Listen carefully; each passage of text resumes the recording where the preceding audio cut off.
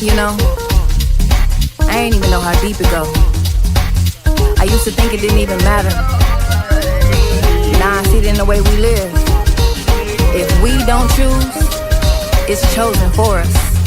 That matters. You matter. Right now matters. Vote for your future. The people over the parties.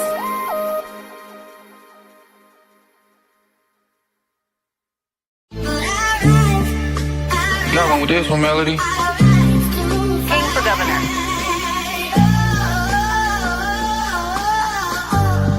King for governor.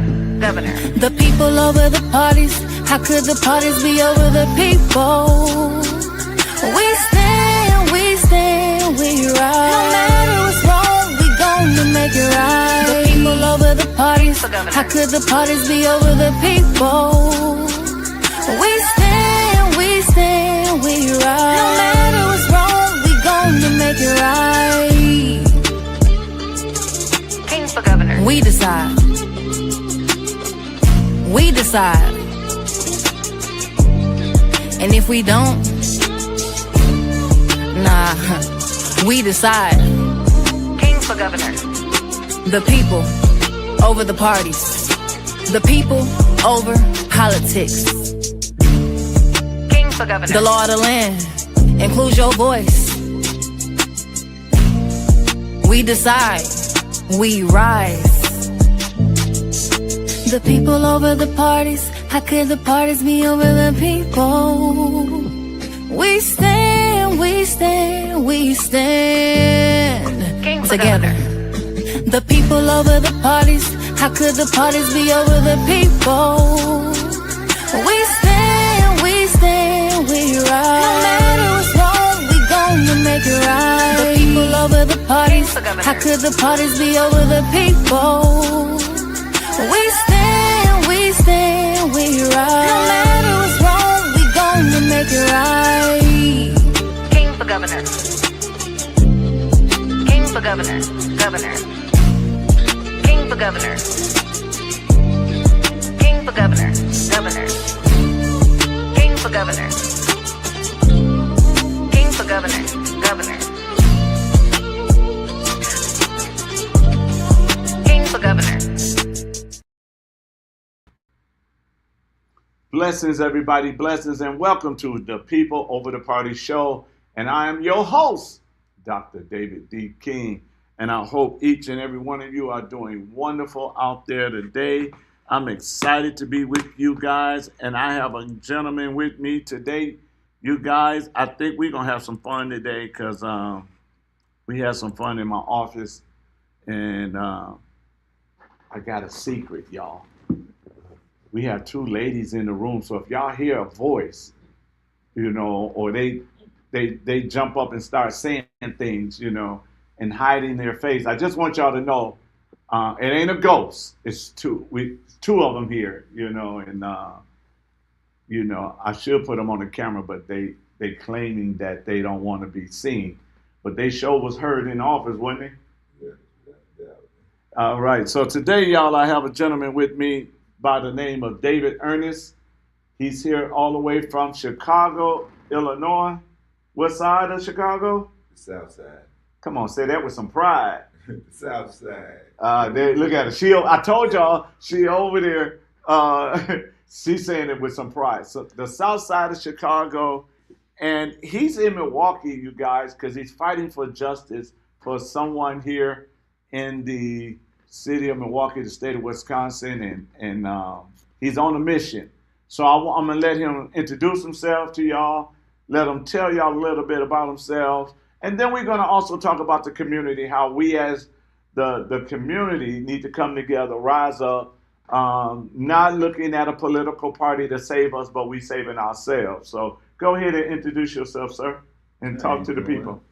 I'm David EARNEST. I'm from Chicago, Illinois, the Roseland community.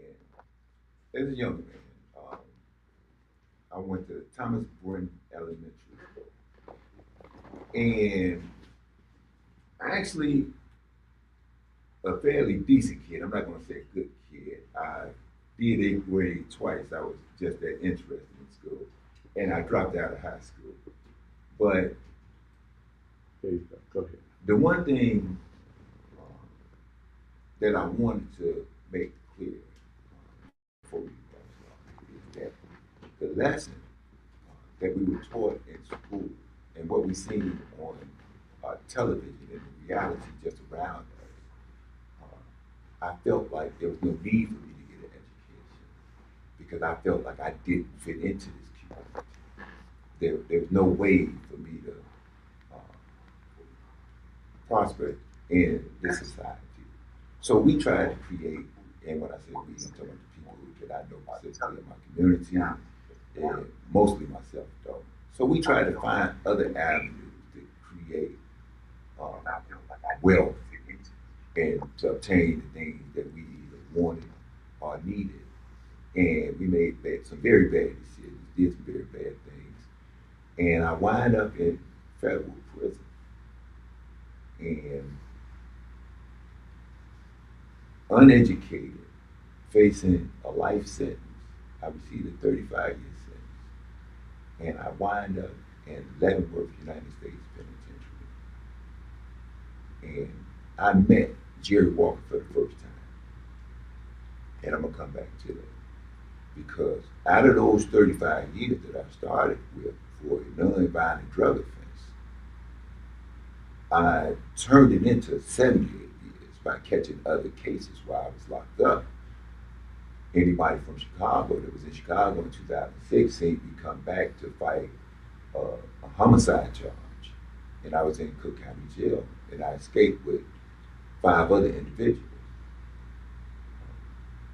Right before then, I was in FDC Houston and got 21 more years for assaulting some federal officers.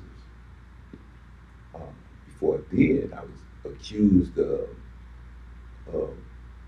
killing a federal inmate in Pollock, United States Penitentiary. So you can see that I had a very difficult time adjusting to the Federal Bureau of Prison system. And after breaking all of those rules, I decided to change my life for the better. Now, I never thought that I was going to get out. So I decided to help others get out. Mm-hmm. And that was the turn, because I never imagined that the day would come that I would be sitting here today. And after writing and talking to senators, representatives, and going through the changing of the laws from the Fair and Sentencing Act to the First Step Act, I see where a lot of people was being treated unfairly. I was able to get support from some senators and representatives for the release of Kurt Reynolds and a few other individuals who were locked up in the federal prison system. And during the course of the 29 years and 7 months that I spent in federal prison, one morning I wake up and they tell me, hey, you're going home shortly. And I was like, how? They say Joe Biden signed on you to get out with 2,400 other federal inmates. Now, I had a problem with that because I didn't ask for clemency. I didn't follow the rules for a long time. I didn't deserve clemency, but yet I got it. And my biggest problem with that was that they put me in front of other people who had actually asked for clemency, went through the right process, waited. Some had been waiting for years. And I didn't even ask. And when I talked to people about it, and when I spoke out about it, they said, man, you're supposed to just take it. No, they got a process. When I broke the law, they sent me to prison because they said following the rules is very important. And now you reward me for not following the rules and not asking for it? How does that work? Let me stop you for a second there, because I was watching when Joe Biden signed that, and I found out the ones that didn't have any violence in their files got passed over to the ones that had violence in their file. Do you think that was like a plan? I thought that came across my mind because I think their intention was for me to, or they believed that I would go back to the community and continue to destroy it. Gotcha. See, and it my responsibility. Mm-hmm. And when I walked out that door, I took that responsibility. When I go back, I'm going back to rebuild what they say I destroyed. Okay. When I leave here, I'm not going to forget about one of the persons that did the right thing while they were in prison, rehabilitated themselves, changed their life for the better, did all the things they could possibly do for a second chance, and did not get it. Because too many times the injustice has been mandatory and the relief has been discretionary. When you think about the Fair and Sentencing Act, what was fair about it? What was fair about it? Because they actually said that when they passed the drug law, the 100-to-1 ratio for crack enhancement was a mandatory penalty. But when they changed it, when they changed the law, they decided to make it the Fair and Sentencing Act. Right. To make the penalty fair. But they did not change the sentences. But those people who were affected by the 100-to-1 sentencing ratio that was mandatory did not get relief. So what I'm hearing is those that followed the rules, those that educated themselves, rehabilitated themselves, stayed coloring inside the line, got overlooked for those that threw tantrums, didn't follow the rules, color outside the line, and they was released, is what you're saying. That's exactly what I'm saying. Okay, so when you came out to do what for those that got overlooked? To bring a sense of awareness and urgency to this matter. Okay. Because I've seen too many times where the people have rose up for people who was killed unjustifiably. And I've seen the big brothers, which was understandable. But shouldn't we do more to prevent things like this? Yes. So why should we watch Jerry Walker die in prison? Why would we wait? Justice delayed is justice denied. You gave it to me and I didn't ask. And I didn't deserve it. See, there's two very important aspects of it. First, I didn't ask. Second, I didn't deserve it. So you're admitting you didn't deserve it? Yes, that's honest. Okay. That's honest. You know, when you take a test and one person gets all the answers right and one person get all the answers wrong, the person who got the answers right should get the A, right? Or should get the passing grade, not the guy who actually got it all wrong. Exactly. Exactly. So what are we saying to the people? It's my responsibility to speak up for Jerry Walker. Because Jerry Walker is one individual, but he represents us as a whole community. Now, for those, let's go there, because one of the things that we have to look at is that Jerry Walker is from Milwaukee. You live in Illinois. Yeah. Tell the people of Wisconsin and Milwaukee, why are you here fighting for Jerry Walker? Jerry Walker has been in federal prison now for 30 plus years. never once had an incident report, no kind of infraction in prison. Did the best he could do. If you knew Jerry Walker, you could see it in his character, in his discipline, and in his actions. That this is the guy that deserves a second chance. And if you live in Milwaukee 9 times out of 10, you've seen his letters from his Facebook, his social media pages, Dear Milwaukee. And you know that this is the type of guy that deserves a second chance. This is who they passed these laws to give them a second chance to return to their family and society, to be productive citizens. They did not write they didn't write, trust me, they didn't write the laws to say that, hey, look, if you hit the police in the head and get 21 more years, we're going to give you a second chance. See, they passed all these laws, donated or gave up all this money for these programs. Okay, well, Jerry Walker did all the programs. They said, if you follow the prison rules, you know, be a model prisoner, you know, it's a chance that we'll let you go back to society. Well, he done that. You said that the laws that he was convicted under was harsh, unfair, and unreasonable.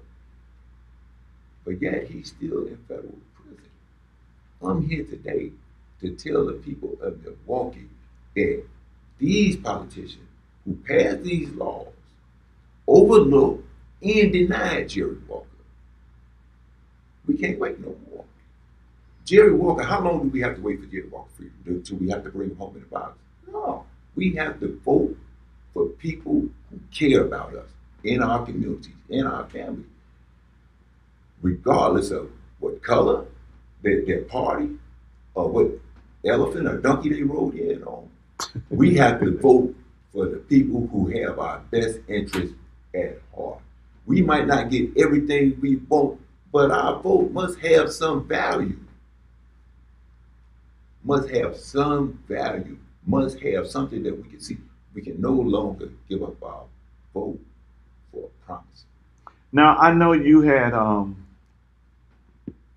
helped write letters to some of Wisconsin elected officials, or did Jerry write them? Jerry wrote the letters. I made the phone call. Okay. So I spent 3 hours on the phone with Gwen Moore's office. Okay. And normally phone calls don't take that long. Right. But when I called and asked her, hey, look, my name is David Earnest, and I'm supporting Jerry Walker. Jerry Walker is the best candidate for clemency. The best candidate. You know, it won't get no better than Jerry Walker. Do you support his release from federal prison by way of clemency? No, we can't do that. You can't do that. They said, we can't do it. We don't do things like that. I said, do you know Maxine Waters? She's a representative.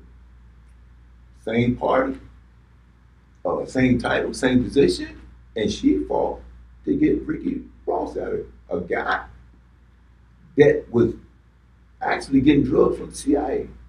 Mm. They said that case was unreasonable, unfair, because the CIA set him up.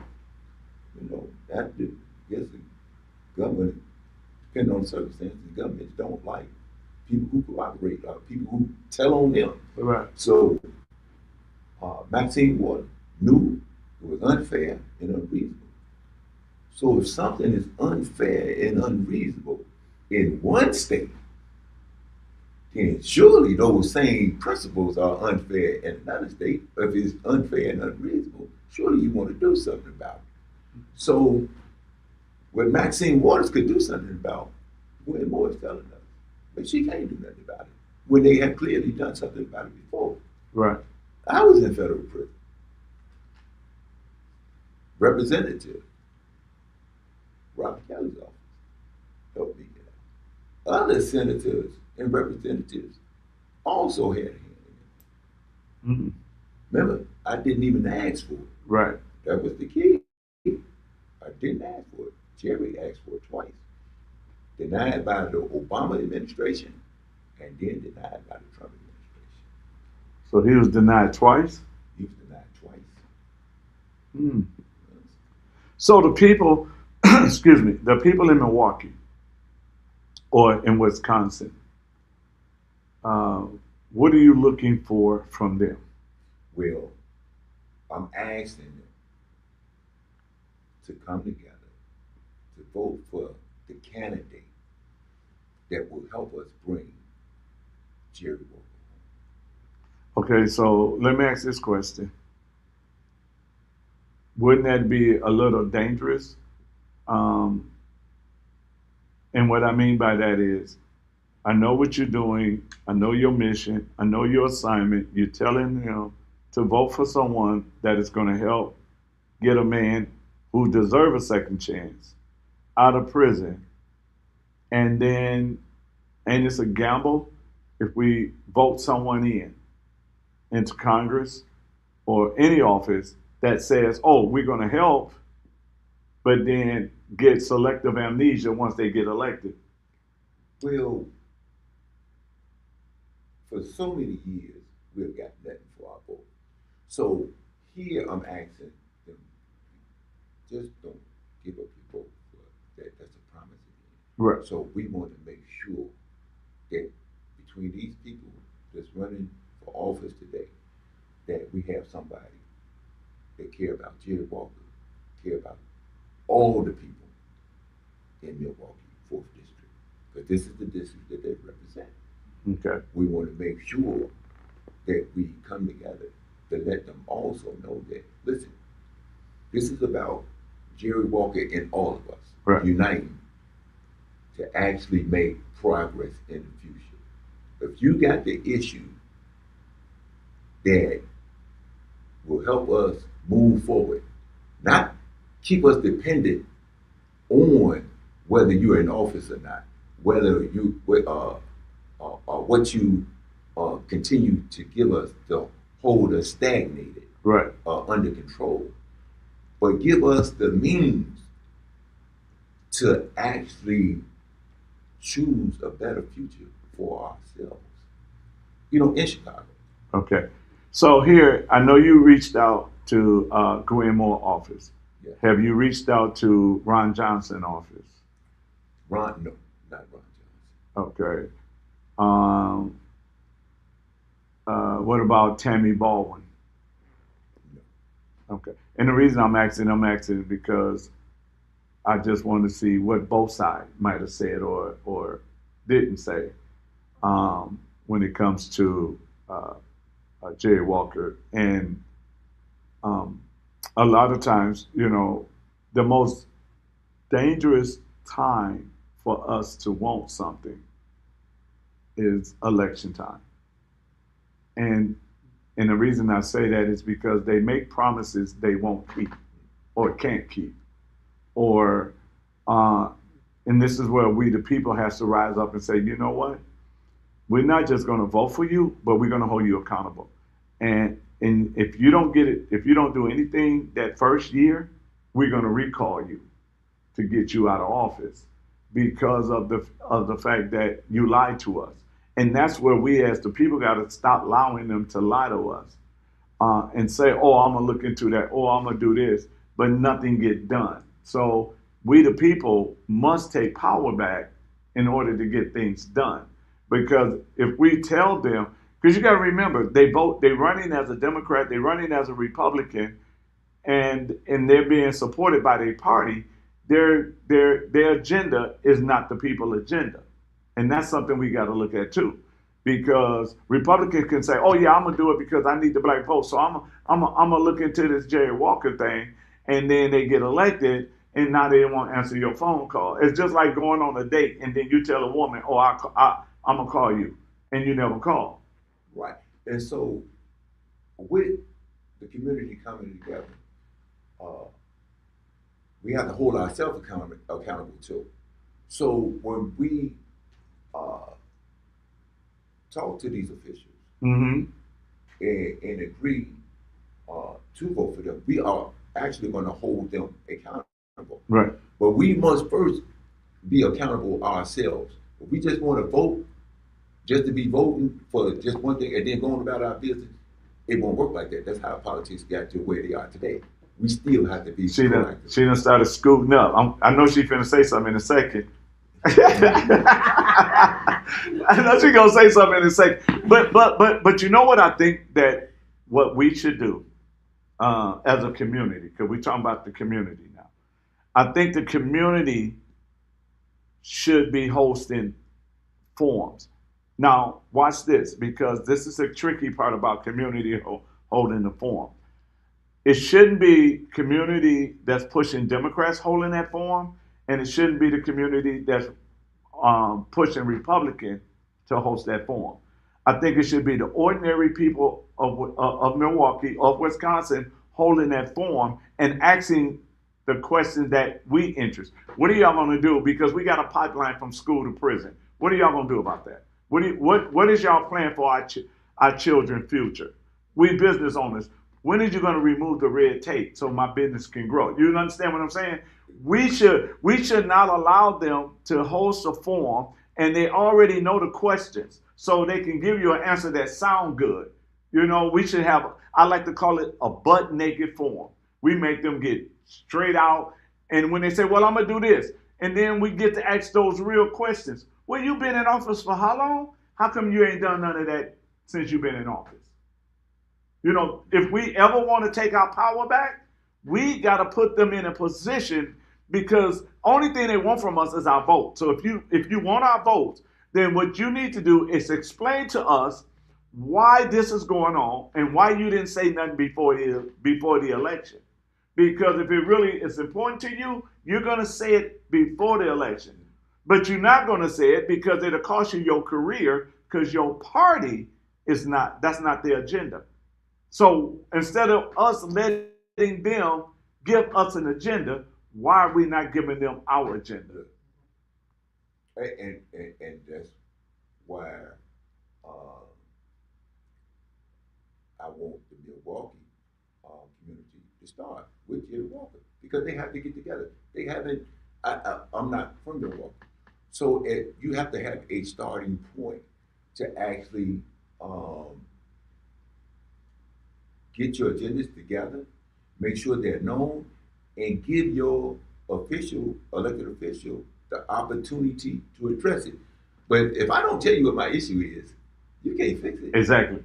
So if you have an agenda that addresses my issue already, and then I can just wait, but I still have to be supportive right of your agenda. We have to work hand in hand. So But see, and I get what you're saying, but the first thing we have to do, and especially those in Wisconsin, the same thing the Biden administrators did on the federal level, that those that had violent crimes and charges was let out, same thing that our governor did in Wisconsin. Those that had the minor that didn't do anything didn't get released, but those that had violent crimes got released. So we have to look at the whole picture.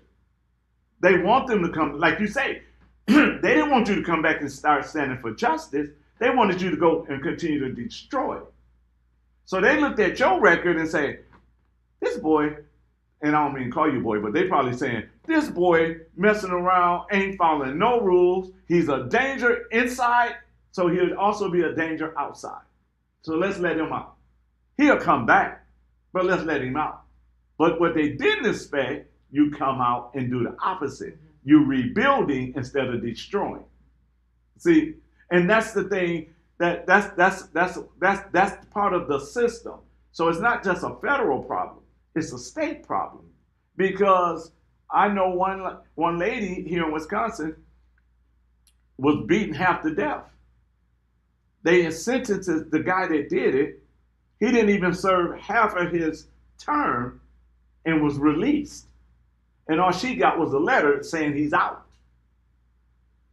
So we have to look at it and say, wow, there's injustice for Jerry Walker, but I guarantee there's other families that's saying the same thing. So if we can unite on a federal level for Jerry, we should also be able to do it on the state level as well. Oh yeah, I know plenty of people across the state of Wisconsin. Yeah. And some of them used to live in Chicago. And they say, hey, I'm in Wisconsin now. They gave me an opportunity to do a good job. I said, yeah, that's good. He said, man, but I want to get a pardon so I get all my rights back. But if I tell them that I got a conviction and it go up, somebody might tell them to fire me. So I'm like, Right. wait a minute, you know. So I mean, how do we address that? Because they really have a control and they change their life. Well, this is why we have to have those butt naked community forums to talk about everyday life issues. Like for example, mothers that lost sons through gun violence, right? The state of Wisconsin Constitution says that a DA is not allowed to give a plea deal unless the family or the victim, that if the victim still can speak, agree to the plea deal. But they don't do that here. What they do is they make the plea deal and just tell the parents or the victim, oh, we gave a plea deal. You're not allowed to give that plea deal unless the family, if the victim can't speak, then the family agree with that. But they're not doing that. We got another family where the son was murdered. The guy that shot him went to jail. The guy that called him over and started everything walked free.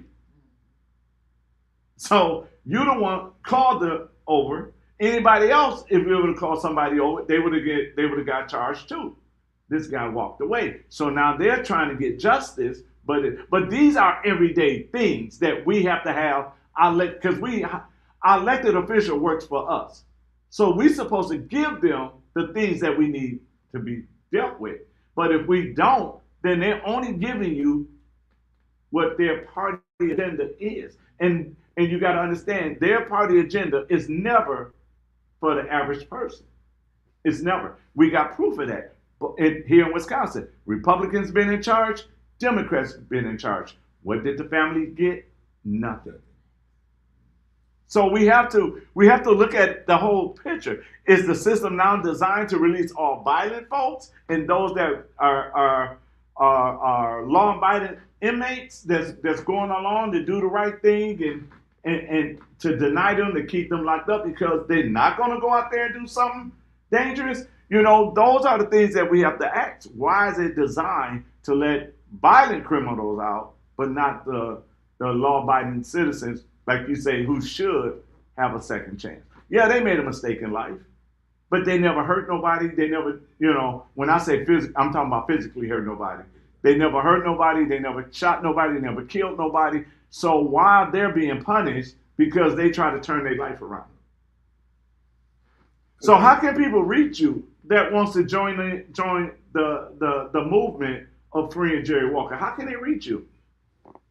I have a social media page, and I call it Social Media Mad X.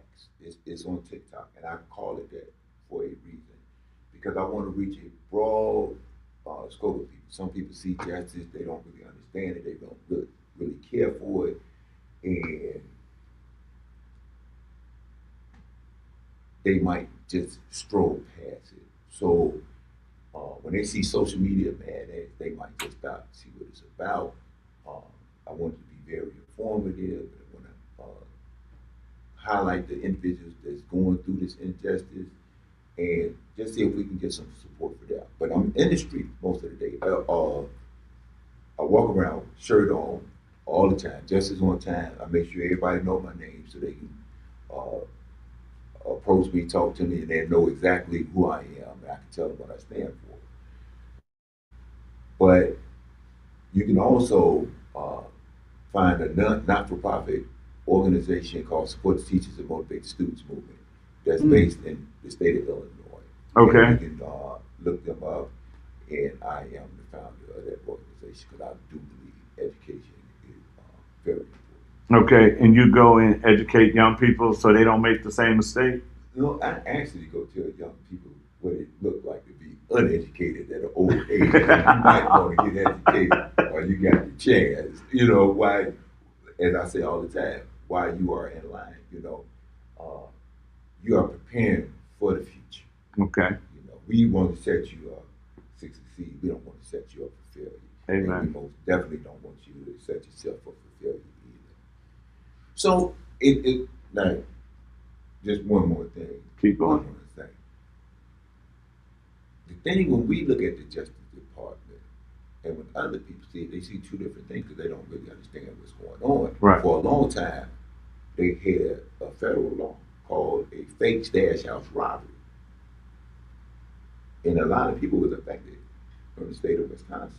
And a lot of people from Milwaukee, from the city of Milwaukee too. And there was never no robbery, no stash, and no house. It was all made up by the federal government. And people got 30 years to life sentences behind it. So it was called A fake stash house robbery. Yes. Wait a minute. A fake stash house robbery. That's a law? Yeah, that's the law. That was the law. They might have got rid of it. Fake stash house robbery. Yes. Real big. At one time they do it, and this is how it worked. I go to jail. Federal officer come see me. We'll let you out of jail, but we need you to go set somebody up. We need you to go talk to anybody who will agree to rob a fake stash house. And they would tell them, hey, look, tell them you was in jail. You met a guy that worked for the cartel, and he dissatisfied, he mad at him. So he do the deliveries. He gonna tell you what the place is, how to get in there, this is what's in there. Or y'all can take everything. He just won't take a little bit, and y'all will be all right.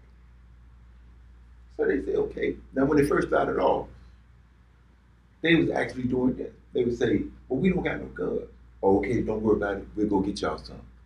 And the government was actually supplying the guns to the people so they could go to this fake stash house robbery. So once they agreed, they say, okay, we're going to rob the stash house. They say, okay, we're going to come pick y'all up at 8:30. They come pick them up at 8:30 and they get arrested. No robbery. They get it. That's it. That's the crime. So the moment they got in the car, they got arrested. They got arrested.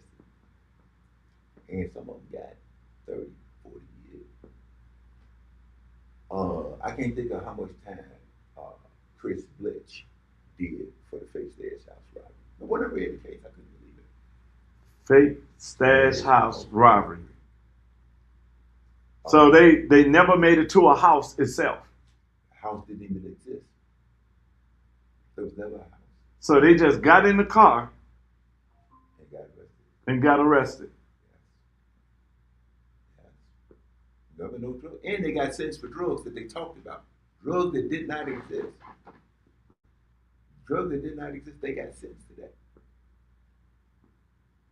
So how is this justice? How is this?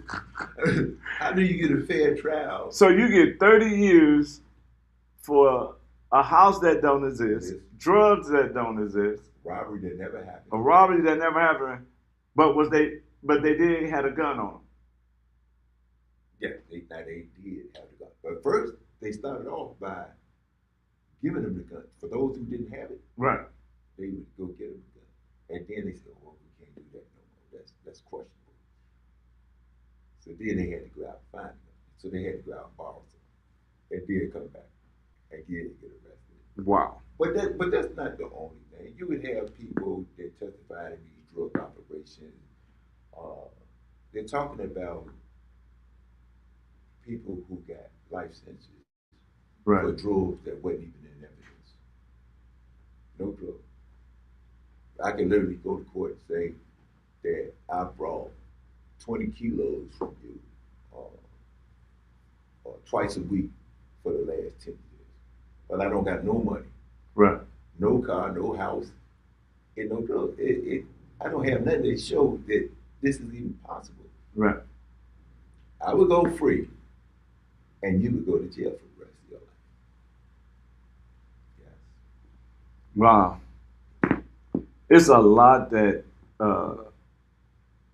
and this is probably why God allowed you to get out, so you can help the community be educated in the criminal system itself and what's really going on, because a lot don't know.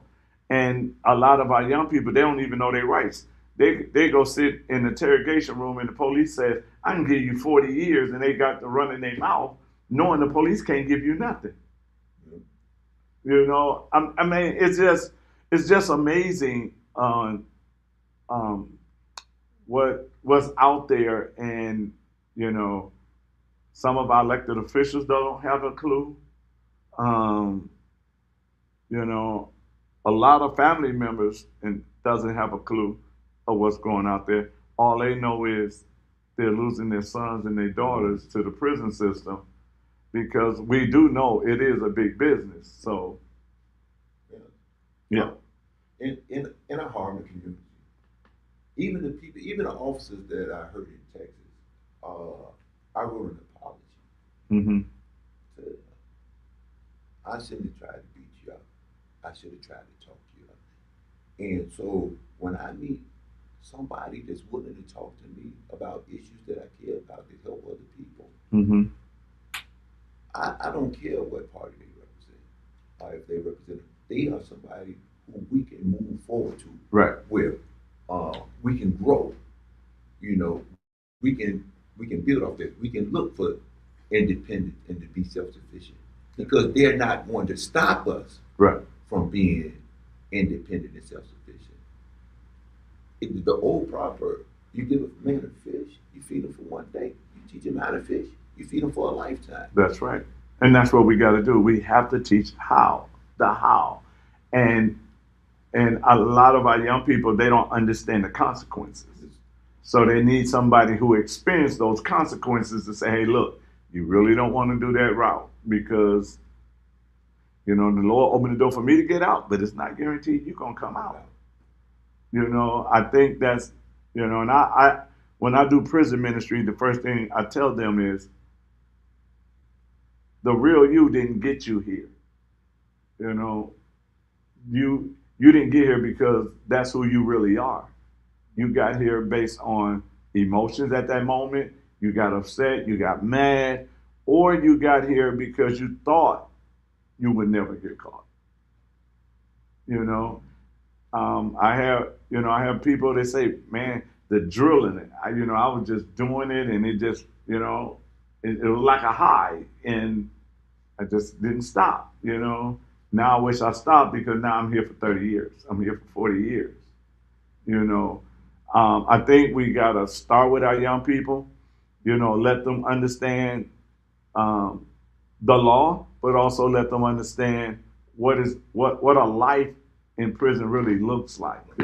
Because, you know, when they do, what's that game, Grand Theft Auto, it don't show them you can really lose your life. You know, it just showed them, okay, you crashed, now you get to start over. That's not life.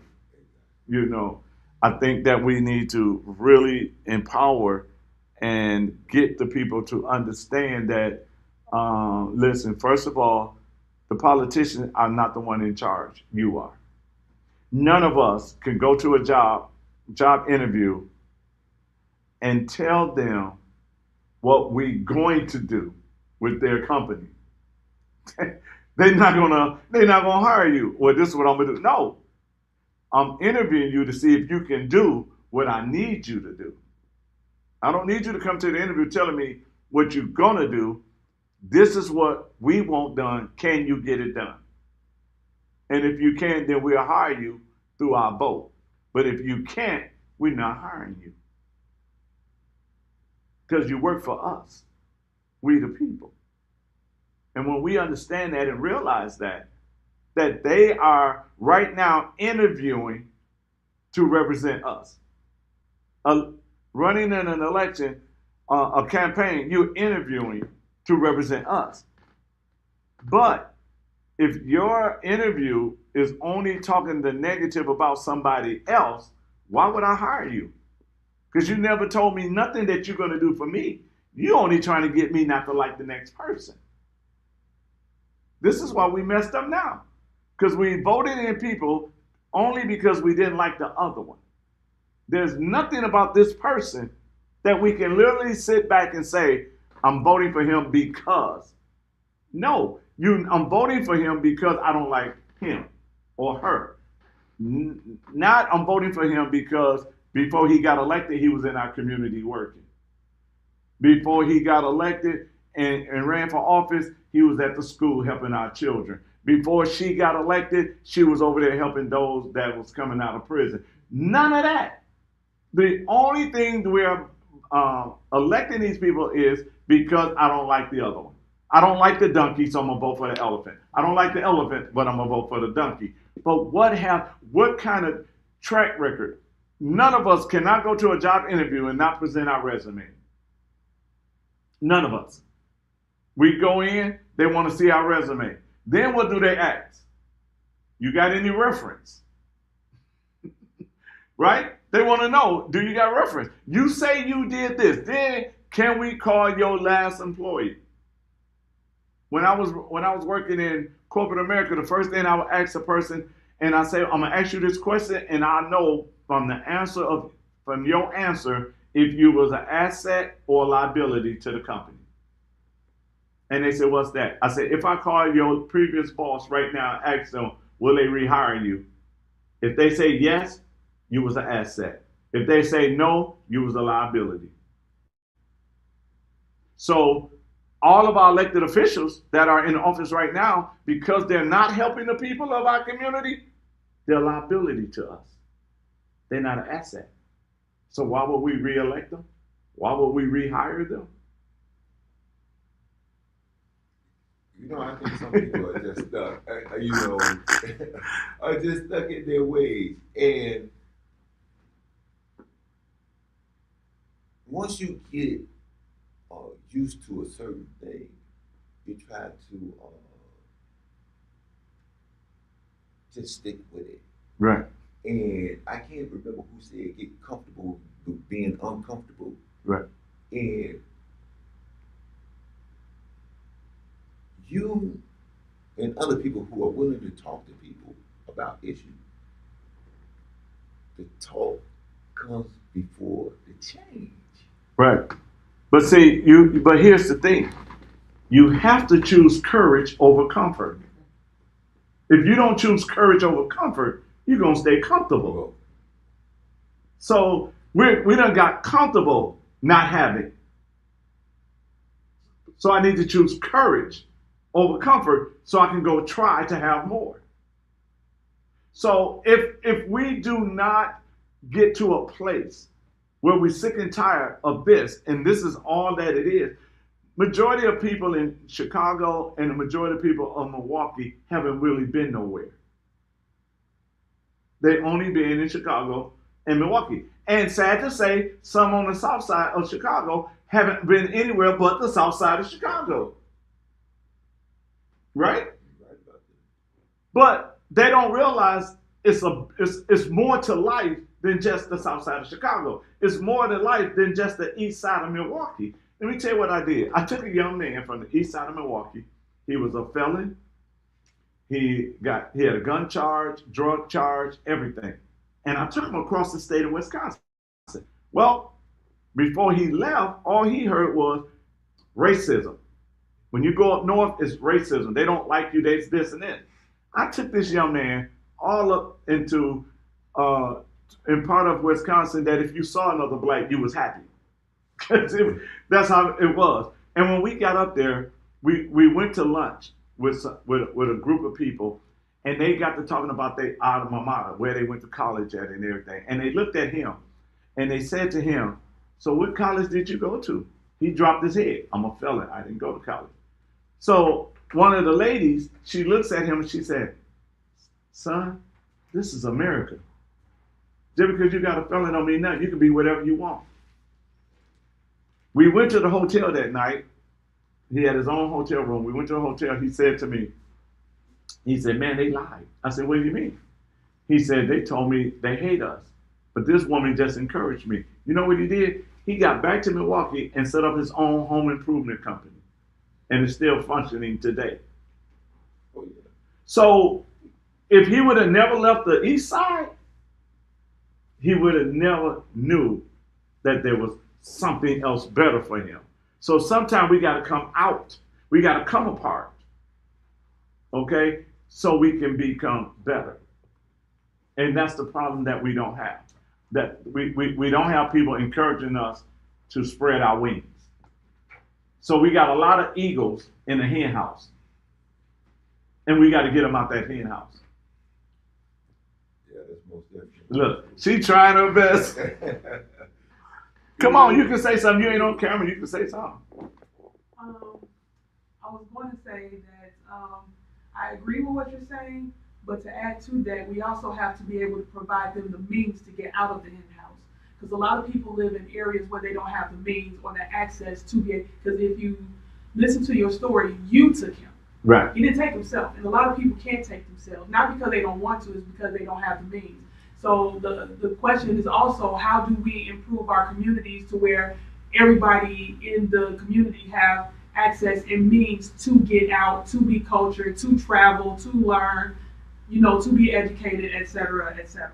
Well, and one of the ways we can do it is this: if we move our emotions out the way, and stop giving out handouts and give a hand up. That means I'm gonna show you how. And one of the things is we hide the information. And I say even pastors hide the information because I don't want you to be powerful. I need you to need me. Okay? Organization, hide information, because if they give you the information, then they won't have a job. So we got to find people that's looking to give hand ups. Because if I give the hand up, I can show you how. I can take you and say, hey, let's take a look at this. And then after I show you, then I'm gonna help you. What are you trying to do? You want to open a business? Okay, I can create flyers. If I can't create a flyer, I know somebody that can create you a flyer. I show you how to market. I show you how to budget. I got a guy that will help you get your business credit up and going so you can get it. But you got to want something, all right? You can't just sit down and continue to listen to lies. But until they know somebody is willing to show them how, and if those of us that got the information, will show them how.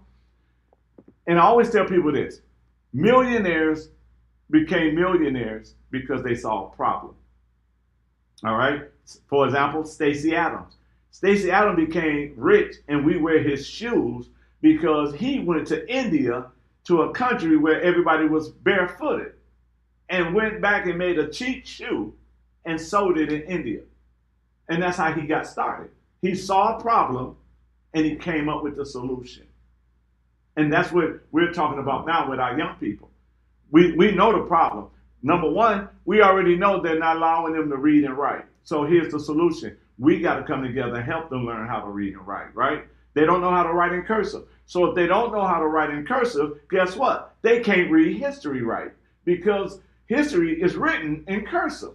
So now you got to let me interpret it, what it means to you. Because now I'm going to give you my version, because you don't know.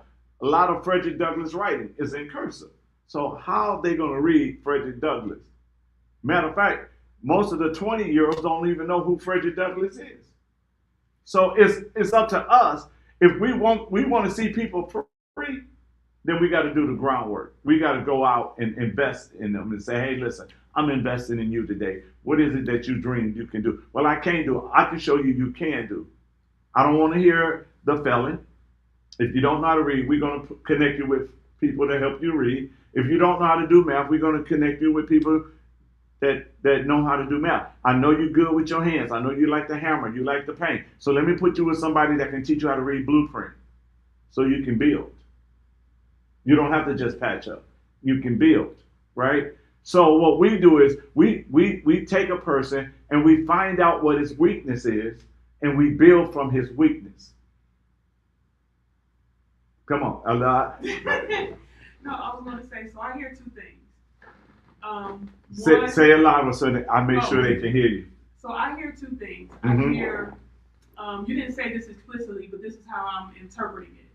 One, we need to lose gatekeepers. We need to lose gatekeepers who, like you were saying earlier about, or people who hold on to the information, they don't want to share the information, et cetera, et cetera. So we need to lose gatekeepers. And the second one, hold on, it left me. You remember? Well, I like the way you said. Matter of fact, I'm so glad you said it that way. Okay. we should fire the gatekeepers Okay. that is holding you back.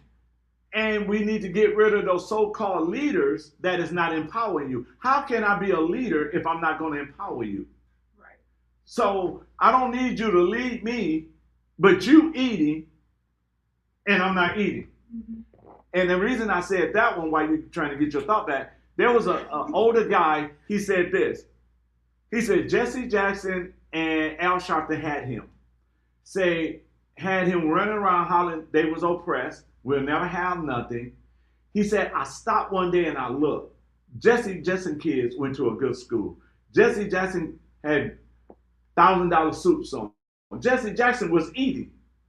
So how is the leader not oppressed, but we oppressed? So we got to get rid of every leader that is not empowering us. We can't call them leaders because a true leader empower you so you can be great. So those gatekeepers, we got to get rid of. We got to call them out, like the NAACP. Oh yeah, I call out people. They are not for the black community. The leadership is not even black. So how are they for us? So, No, go ahead. go ahead. No, I was going to say, because one thing that I do believe in is because I felt that didn't nobody listen to me when I was coming up, when I was young. And when I became this irrational guy, everybody listened, everybody agreed with me. But then I came to realization that was wrong. The most powerful thing that we're doing right now is communicating, because people are watching, right, and they're going to remember that he was able to talk to a guy that did close to 30 years in prison, committed violence, and dropped out of school, failed. So I'm in a bunch of categories. Right. But you still took the time to talk to me. Right. And a lot of people feel like they're being ignored. Nobody will talk to right. them. Nobody will give them a time of day. So this is important because it's inspiring for a lot of people to communicate with each other. Not necessarily with you or me, right, but at least with the people in the community with. Yeah, go ahead, because I know it's. Come on. Make sure you talk loud so they can get your voice. I remember my second thought. It was decolonizing systems. Because when we talk about like empowering people and stuff like that, decolonizing systems should be a thing. But going to your point, one thing that I'm always concerned about is how we don't see the humanity in other people. And in order for us to come together, because we've had these conversations for a very long time, how we need to come together, we need to rise up, we need to support each other, we need to do all of that. But our country is such that we're so individualistic that we forgot what it means to be in a community. We even with voting, we're talking about voting, we only vote for our own interests and not for our neighbors anymore. It's about I'd rather vote, and then we vote to attack other people and not to help. You know what I'm saying? Right. So I'm sorry. That's what I was thinking. I know, and you know what? It was designed like that. Okay. I'll give you an example. Whew, you ready for this? Women, and those that are pro-choice, right? They use the phrase, my body, my choice, right? What happened to my body, my choice when they wanted you to take a vaccine that they knew nothing about? They didn't know the side effects, they didn't know nothing. But people lost their job that chose my body, my choice, right? When they fight against abortion, and I'm not speaking against abortion. No, I'm just bringing up the how they play us, right? So they'll tell you that if a woman get an abortion, that's not murder, but if a person kill a pregnant woman, that's double homicide. You see what I'm saying? So they play on us to keep us divided on things that we never just took time. During COVID, the Wisconsin, during COVID, Wisconsin told us we had to wear masks. They told us to separate. The Bucks win the championship. There was no mask. There was no separation. They were celebrating. They even did a parade for that, right? But then 2 weeks after the celebration, they went back on TV with masks and say, masks separate. So what I'm telling people is move your emotions and just take a look at what's going on around us. Because the church was essential during the time of fear, death, separation. There was no, they didn't want the churches to gather, but you can go to the liquor store. So the liquor store was central, but gathering for prayer was not. So if we look at how they play things, right? And who do they use? The gatekeepers. So. Okay, here she comes. So what I would say to that is, my first question is, why is my body a political talking piece in the first place? First of all, I should be more concerned with the economy, how I can afford things. Are you gonna run for office somewhere? No, I'm not. Okay. No, I'm not never, because I'm too progressive. No, I will upset a lot of people. That will be my question. My body should not be a political talking piece. How I can afford to live should be a talking.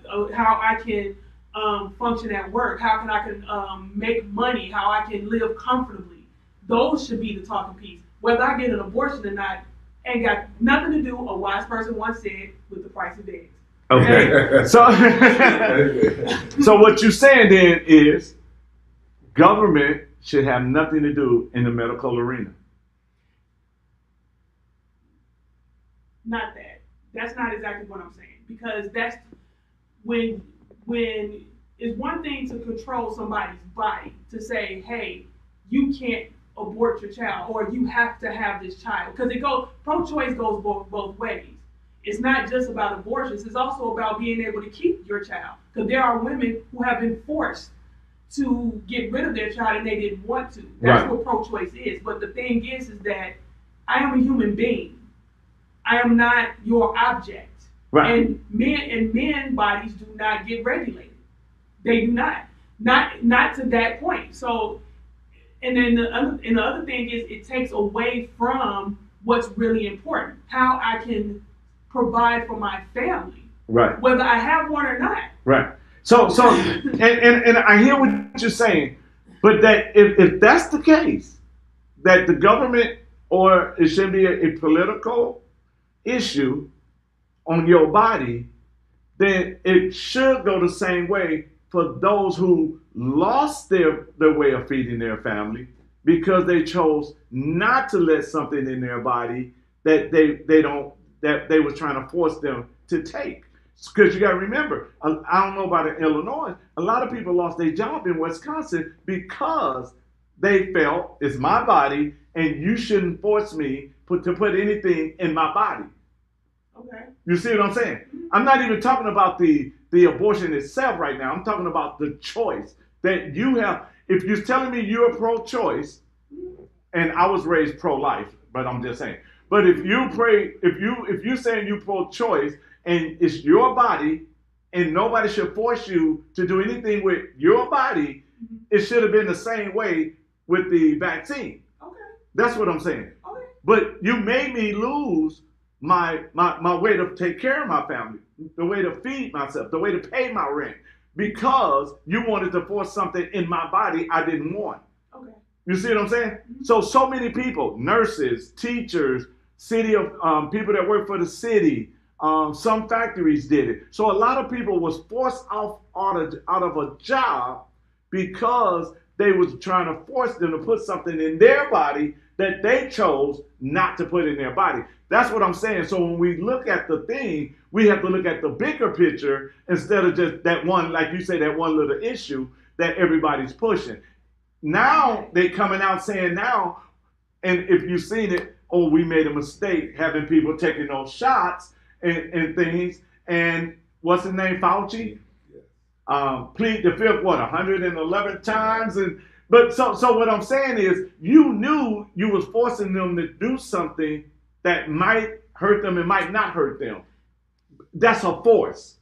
So all I'm saying is, government shouldn't force anything when it comes to your health, because I shouldn't have to go to just regular medical treatment. I should be able to go to holistic treatment. Okay. Because I'm holistic. I believe in holistic. So I shouldn't be forced or get fined because I don't want to get no medical insurance that doesn't even cover holistic. Okay. You see what I'm saying? And I'm saying this because we the people, we got to take our power back. Government should not force us to do anything that we feel is not beneficial to my family. So then I will have a question. Okay. Right. So then, when it comes to diseases, right? Okay. And Oh, I'm glad you went that route. Come on. No, because this is about building community. Right. I want to build a community with you, right. with you, but we all have different beliefs. Right. Right. If I have kids, Mm-hmm. and you have kids, we all have a family, Right. and we have this disease, you don't want to take the vaccine. I can't make you take the vaccine. Government shouldn't make you take the vaccine, this, that, and the other. Right. But you can carry it, and I have a disease or whatever, like diabetes or high blood pressure. I can get it quick. I can die. Right. But I'm not getting it just because I'm just sitting around doing nothing. I'm getting it because there are people who has the choice to not get the vaccine, or whether it's COVID, whether it's measles, whether it's whatever. How do we still protect people and still value individual rights? You know what I'm saying? And how this is how you bring your information, I bring my information, and let's have that conversation. Okay, because we only went off of what someone told us. All right, I during that time I spoke at events with some of the frontline doctors. Okay, holistic doctors, and what I found out was not one of those vaccines was approved. Okay, so if they was approved, they would tell you what the side effects was.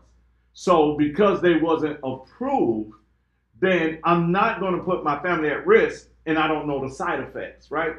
Most doctors don't vaccinate their children, but they will vaccinate yours. They don't vaccinate their children. They do not. Every doctor I know, none of their kids was vaccinated, and none of them, from being born to them being grown today, never vaccinated. So why is it that a doctor will not give their children vaccine, mumps, measles, all of that? Why they don't give their children those vaccines, but they give them to ours? They're telling you they know something is wrong with those vaccines. Just like a teacher that teach in a public school and their kids go to private school. You see what I'm saying? So what I'm saying is, if you asking me to do something and you're not doing it, then we got a problem. But I can respect you because watch, you being vaccinated and I don't want vaccine. That's maybe 1-2% of what we don't agree on. But we do agree on we want the best for our children, right? So let's go to what's best for our children. Let's not stay there trying to convince each other who's right or who's wrong because you have an opinion and I have an opinion. Me and my wife is two individuals. We don't agree on everything, right? But what we agree on, that's how we build our family, and we respect each other based on what we disagree on. In our community, we got to stop letting them put out what we don't agree on in our face to keep us arguing, and find out what we do agree on, and let's build from there. Because 80% we agree on. Is that 20%, or we might agree on 85% or even 90%. And it might be that 10% that they keep in our face where we don't agree on, right? And I give you an example. During Black Lives Matter, and they was marching in Milwaukee, I decided, let me go on a march with them. Let's have a conversation. So we marching and we talking while we marching. So I'm saying to a group of the young men, I said, "Oh, this feels good, don't it?" They were like, "Yeah." I said, "Okay, so let's walk in our neighborhoods and holler Black Lives Matter, put the guns down." "Oh, that's not what we're about." And I'm like, "Okay.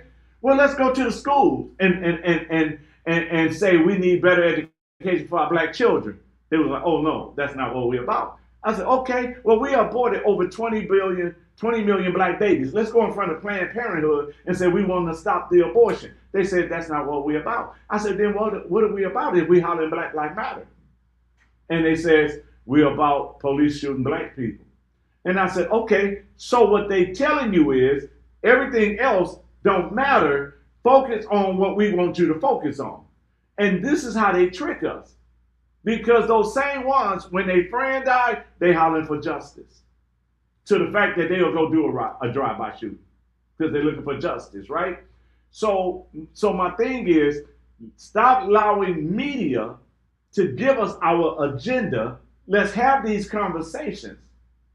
We want better community. How do we get that? By working together. You might be good, well, you are because you're social worker and all that. You're good with social issues with families, individuals. So why not use you for that?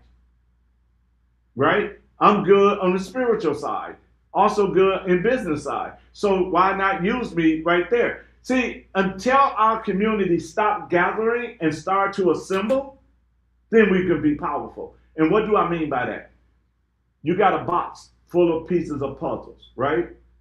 They're not, they're gathered, but they're not assembled. So you don't know what the picture look like. It's till you put everybody in their prospective place. Then every piece in its prospective place, then guess what happened? You got a picture. If we would do that, we got enough, in our community, we got enough teachers, we got enough people that know finance, we got enough people that know business, we got enough people that know gun safety, we got enough people that know everything. We got what we need in our community. All we got to do is start to assemble. Stop looking for a leader and let's work together. Because a leader can be brought, but working together is more powerful than a leader. So what I'm hearing. Okay. So let me ask both of y'all this here. Oh. How important is it for us to invest, I'm talking about financially invest, in our own community?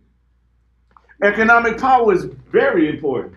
Let me say it this way. The black community in Milwaukee in the late 60s, early 70s was very powerful. And I'm going to tell you why.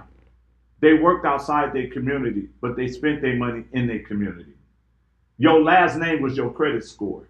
You can go to the corner store and say, "Mama say, give me some chicken, $5 worth of chicken, some rice, some bread and thing," and they'll be here Friday to pay you. That was credit. And they did. Because the older ones always taught us that if you owe somebody, you're their slave. So you never owe nobody. If somebody do something for you and give it to you, you give it back. And so we was powerful back then. We had our own laundromats, our own pool halls, our own grocery stores, our own restaurants. We had it all. We had it. And we spent that money in our community. Go ahead. To that point, also to add to what you just said, we had it, but we also have to stop acting like we can't get it back.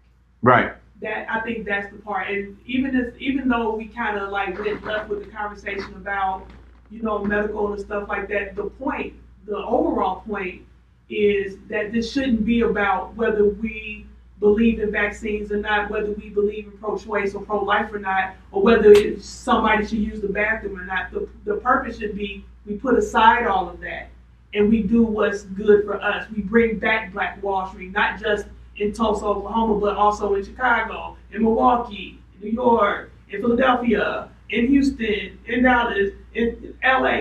We need to bring back Black Wall Street. And in order to do that, we have to put aside our emotional beliefs, right?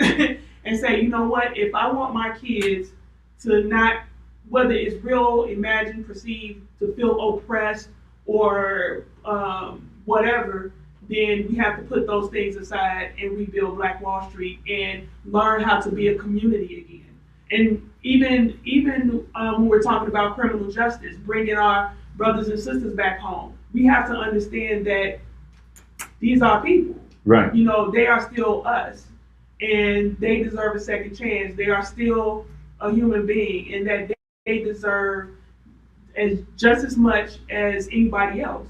And that's how we build community. But because our country is set up the way that it is, Right. you know, it's very individualistic. It's about me, my, you know, all of that. Then this is the reason why we have, I think, why we have challenges. And so that's the reason why I wanted to ask these questions. Like, how do we do that when we have such different? Well, and the thing about it is, and you're absolutely right. But the thing about it is this: you said it. We have to come back, okay? Because we used to be a community. I mean, we used to be a strong community. You couldn't even cuss in the neighborhood. You had to go so far away that nobody know mama and daddy before you clown, because it was the respect that we had, right? We have the lawyers in the black community to help with criminal justice. We have that already. We have doctors. We have nurses.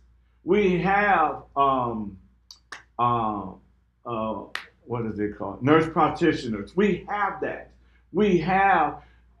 There's nothing our community does not have, because we have it. The reason they had Black Wall Street is because they didn't all agree on the same thing. All they know was we got to be a community. We don't. I don't agree with what you do in certain areas of your life, because you had some that drink and some that didn't drink, right? You had some that the husband took the wife's opinion, and had some that didn't take the wife's opinion. But they understood one thing, and the Bible teaches us this. The Bible says, a kingdom that's divided against himself cannot stand. The Bible teaches us that. So any community that is divided, any country, this country is so divided right now that we got to be careful. Because the freedom that we have right now, if we stay divided, we won't have it. Most people, I ain't gonna say everybody, some people that comes from other countries, when they hear acting a fool, they don't hold the United States flag, they hold another country's flag. Now you go to another country and try to hold up an American flag and act a fool.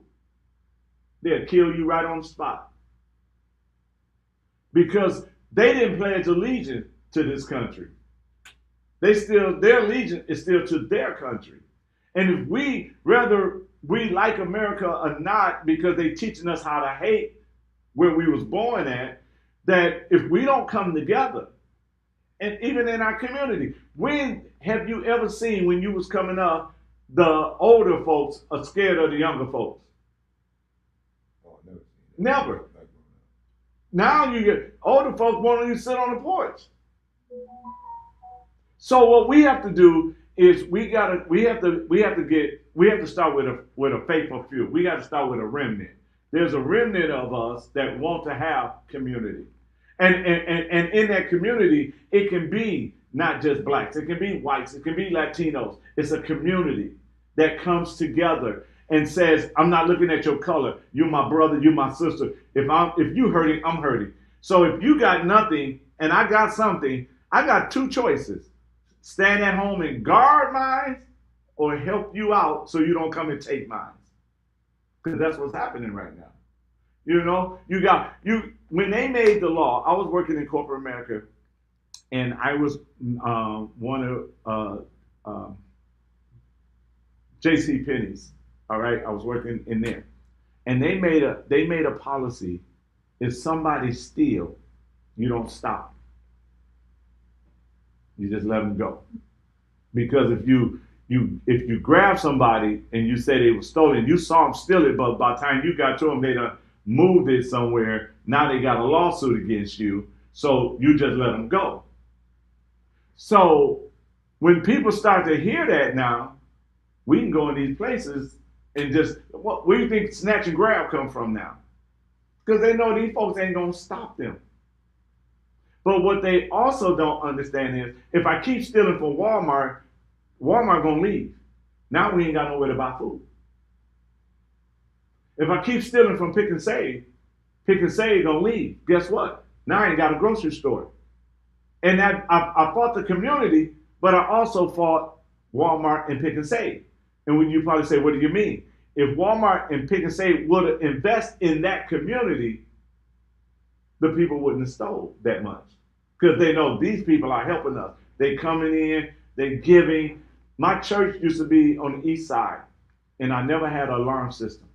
You know why?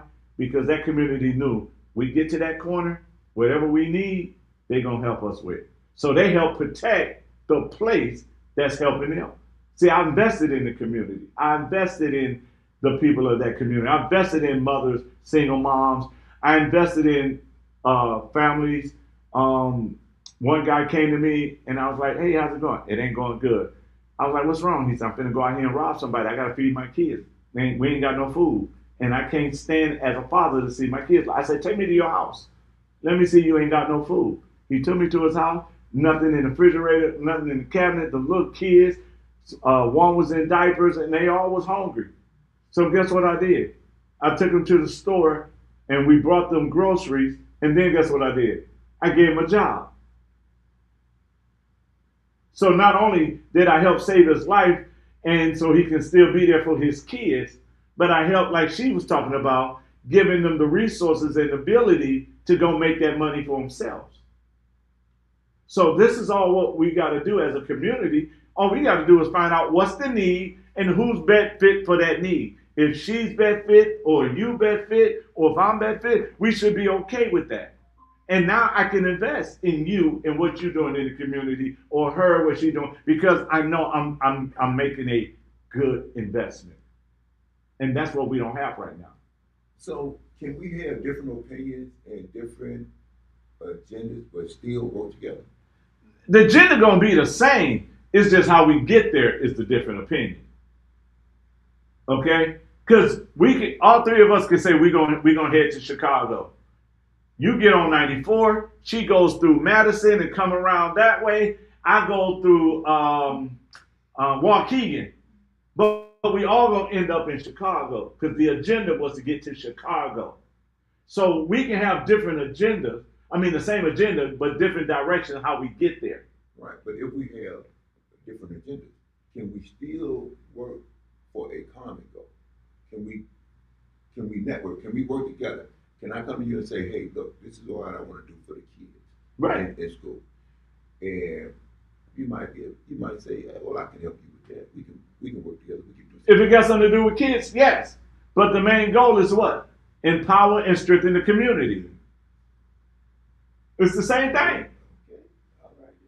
So yes, it can happen. We just got to use courage, because it's when we're comfortable, ain't nothing gonna change. And everybody always hollering change, and they do change. They change their hair, they change their cell phones, they change their cars. But when it's time to make a real change, where you got to put skin in the game, that's when people have a problem. That's why I said it's got to be courage over comfort. We do that, we got it. Yeah, I agree. I talk to the city council members all the time in Chicago about helping these children come up with programs. You telling me they in the street, oh, they doing this and they doing that.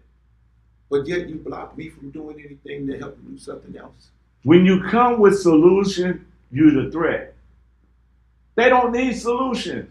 They need the problem to stay there so they can have a job.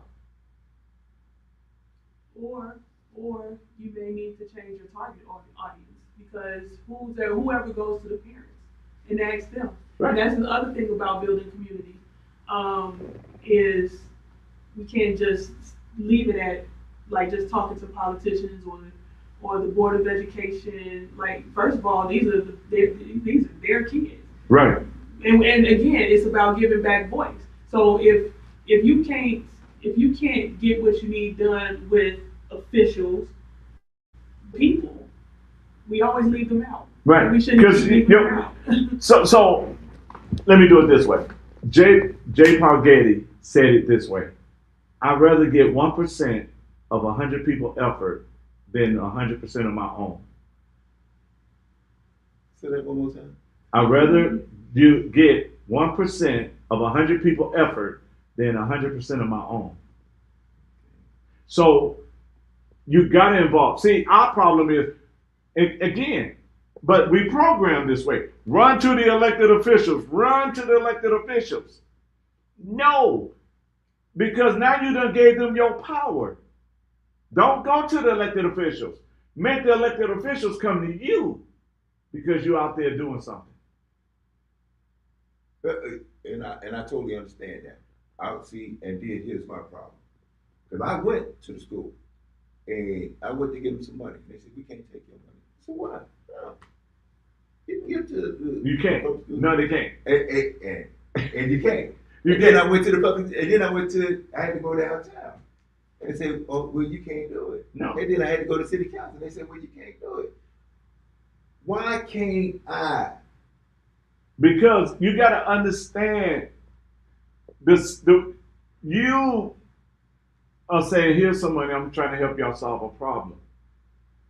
They don't want that money because they're going to go to the government to get more money to pour into something that they don't want to fix. I run an organization in the city called Wisconsin God Squad. At one time, I was transporting 450 people a day to work.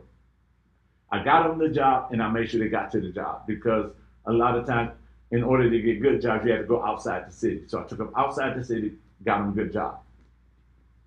While I was doing that, organizations like Ploy Milwaukee and all the other ones were saying there is no jobs.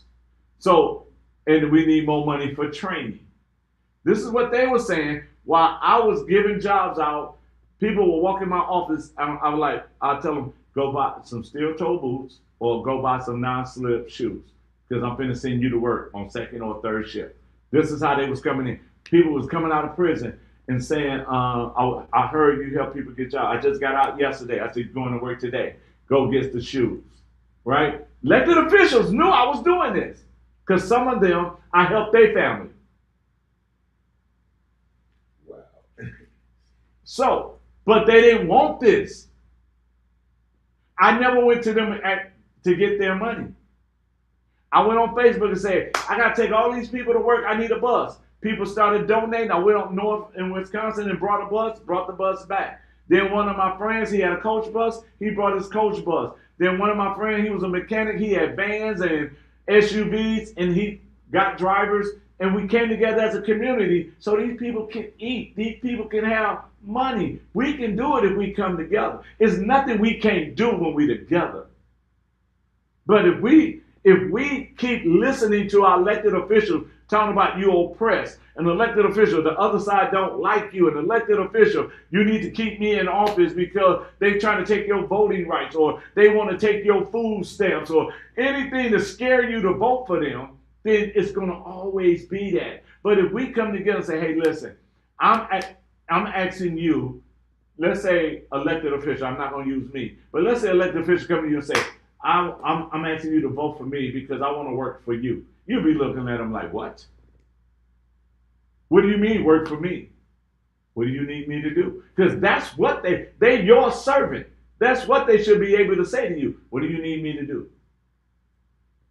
Well, here's the thing. We really ain't got no buildings. Y'all got all these empty buildings. We got no building to really do after school programs where we can teach them entrepreneurship. Now, I know you got your gatekeepers and your little organizations that y'all friends with, that y'all use when it's election time to push y'all, but we don't have a building. We got all these empty buildings. We have none. Y'all got all these empty houses in the city. Why not allow the kids to learn carpentry? Why not put a family in that house and allow them to learn home ownership where they paying the city rent for at least 2 years, and if they have no police contact, they have done everything without being late, then give them the house. Now you got another house on the tax roll. So you're still making money.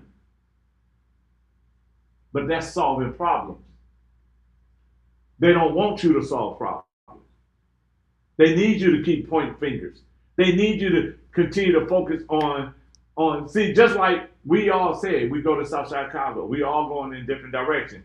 Now, the most dangerous part of us going in different directions if you feel that your way is the only way. And now you mad at us and don't won't talk to us because we didn't go the way you went. We all met up there. We just didn't go you. So now you ain't even having a conversation with us because we went a different route than you did. You wanted to pay tolls. I didn't, so I went another way. She didn't, so she goes another way.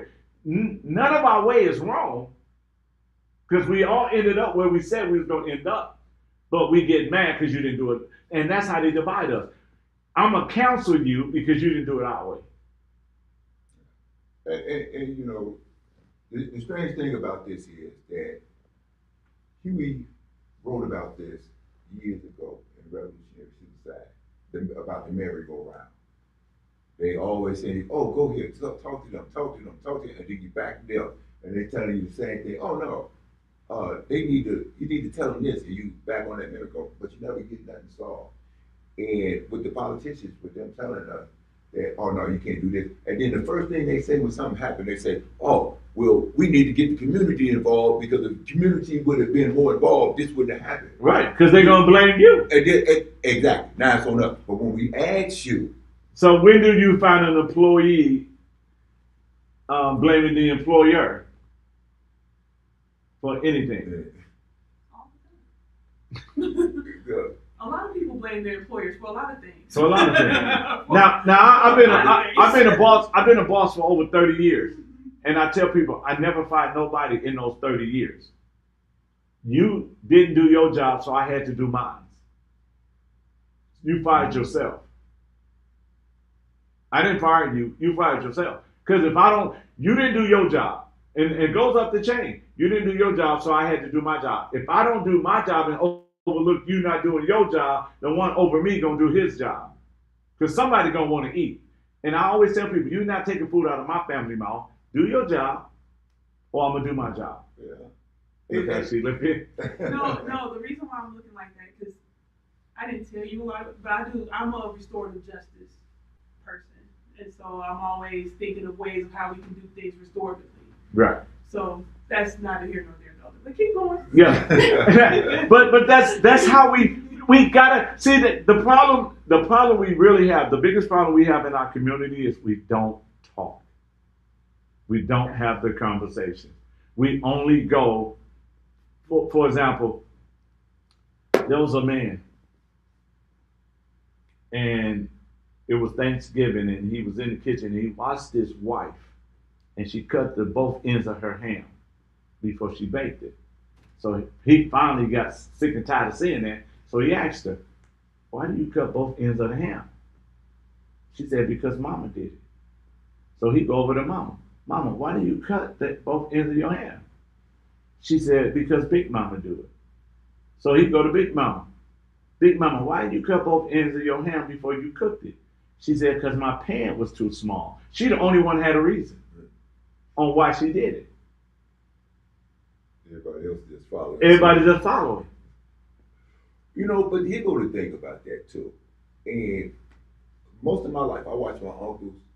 They came from Mississippi. They came to Chicago. They opened up grocery stores and other businesses. And they did it for years. They sent their kids to college. Right. Their kids graduated from college. And nothing. They got good jobs.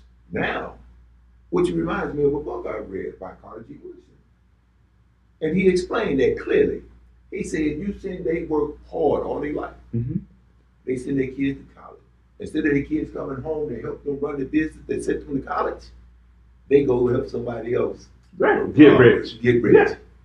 And work it out. It makes no sense. You know, I think one book that I think every community, whether you're white, black, Latino, should read is Napoleon Hill, Think and Grow Rich.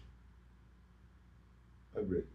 I think that's a book that they all need to read. And the reason I say that, because there's an example in there how a man who was digging for oil, and in the process of digging for oil, he got discouraged.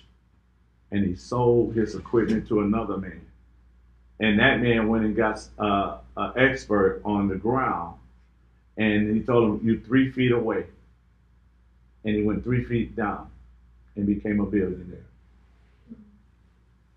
we quit right in the midst of the breakthrough. We give up. We give up. And then somebody else come along, like our corner stores, right? I don't know why that thing's playing like that. Like our corner stores, right? A family had it. They didn't have the vision, that they didn't have their parents' vision to take it to the next level, to own a chain of corner stores. So what do? They sell it. And who do they sell it to? Indian or Arabian or whatever. And what do? They buy this corner store and that corner store and that corner store and the next. Why? And then what do? They pass it down through their family, because we did not understand generational wealth, because we were never taught generational wealth. You was? No, I'm not going to say that. Oh. But I wasn't going to say that. I was actually going to say, I don't think it's that we wasn't, I would say that's part of it, but we was also learned helplessness. I say that is because I usually have conversations with people about the same thing. We need to come together. We need to invest. We need to do this, that, and the other. The first thing I usually hear is not that they don't want to do it. It's that they want to come and take it. And so I don't think that it's a lot of people don't know about generation. There are people who do, but it's a people who feel like because of historical trauma that we can't get back to where we was, and we also have to get over that hump as well. But you know what? That historical trauma is really, I like to call it a myth, and I'll tell you why. They use it on us, but those that went through that trauma turned out rich. A lot of them became very rich. Depending on where you're talking about, though, because Right. a lot of them did it. A lot of them did, but they didn't. But the generation after them did, because they kept pushing, right? You had some that didn't have nothing. Then they had kids, and then those kids didn't have much, but they had more than that generation. Then that generation had much than that generation. Why? Because they continue to push and believe you can have, right? I've seen it for so many, from not having an outhouse to having an outhouse to having 2 bathrooms in the house and everything. So they were steady growing and producing and everything. You know, I'm sorry, David. I'm so sorry. This reminds me of a conversation. I told you she wasn't gonna keep quiet. No, this reminds me of a conversation that someone was having on Instagram about courtesans. Okay. Right? He's nicely dressed. He was in a suit, looked real nice, and he was stitching another video because the guy was complaining about how courtesans is anti-classist or is classist, or whatever he was saying. So the guy stitching the video, his point was that not all black people come from struggle. Everybody's not struggling. There are people who have been to, he named all these exotic places, and I'm like, I do agree with that. However, we still shouldn't overlook the fact that there are people who are struggling. And Right. I think that that's the disconnect. If we shouldn't complain about why people aren't doing the things that they're doing if we're not going to still bring them up. If we're just going to say you should wear a quarter zip, because nobody's telling poor white people to wear a quarter zip. Right. So if we're going to say we should not always focus on the struggle, we also need to reach back and let people know, whether you feel like you're struggling or not, this is how we get out of it. This is how we all get out of it. You know what? I say it like this. I said it in the business world, and I say it in our community. You got 3 types of people in our community: those that can, those that can't, and those that just won't do. So which one do we focus on? The ones that can, and show them how. You got some that's just comfortable, and I'm not doing anything to mess up my comfort. But then you got those that can't do, who want to come out of it, like you say, that is struggling. We got to show them. And coming out of struggle, we got to be honest. That's scary.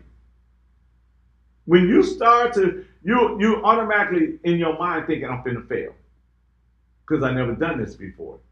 So it's scary, right? That's why you gotta have courage, because it's scary to take that step. It's scary to want to be the first in the family to graduate college. It's scary to be the one first in the family to own a business. It's scary. Why? Because it's never been done in your environment or your surroundings in a while. So that's scary to be that one, because 9 times out of 10, everybody telling you it can't get done. So yes, it's scary.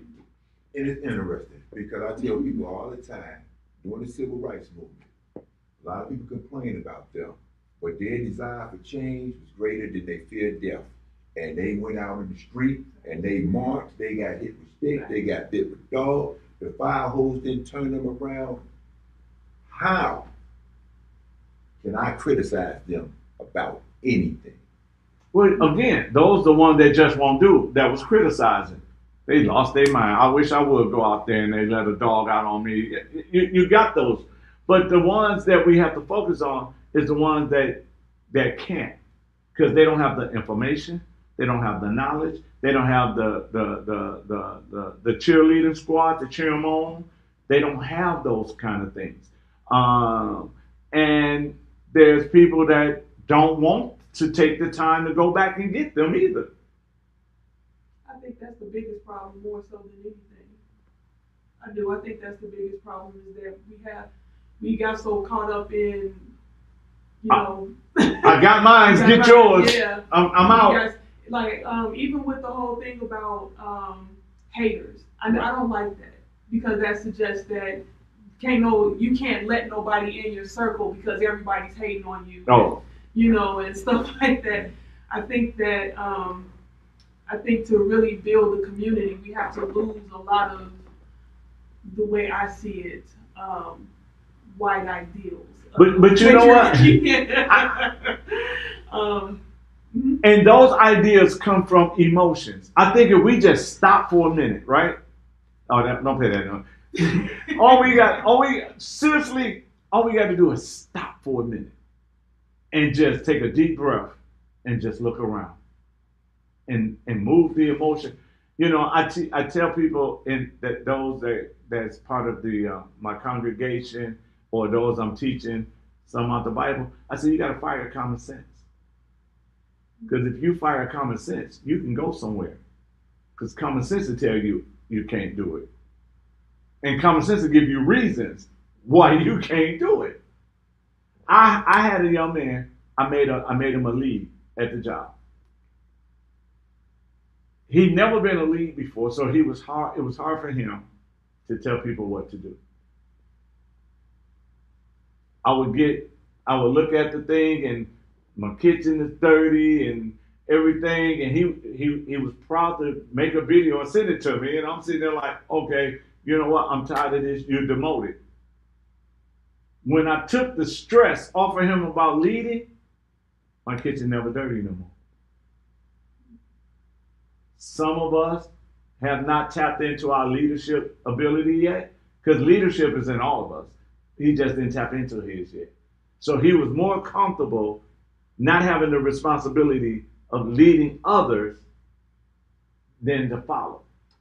So then my question is, what did you do to get him to tap into his? I'm still doing it now. Go tell so-and-so what to do. Go do this. I just wanted, because you said you demoted him. I was like, oh, wow. No, well, see, the demote was to take the pressure. Okay. Okay, so now that pressure is not on him. But now when I say, go tell so-and-so to go downstairs and get this, or go tell, it's like a sign of relief. Okay. And he don't have a problem telling them. And that's the difference. When you have the title, you understand the responsibility that you feel you can't handle. So when I take the title away from you and still use you in that capacity, it's like, oh, okay, I need you to go downstairs. You mopping the day, and I'm looking like, and then I said to him, why can't you tell them what to do now? But when you had the title, you couldn't tell them what to do. He was like, I don't know. So I had a conversation with him and his grandfather. And I told his grandfather, he got leadership ability. He just got to tap into it and see himself.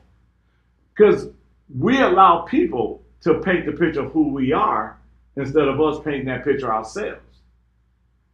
So I tell people all the time, because of who I am and who I am in God, I wouldn't get excited if Brandon Johnson walked in the room, or Tony Evers, who was our governor, or Donald Trump walked in the room. They better be happy because I'm there.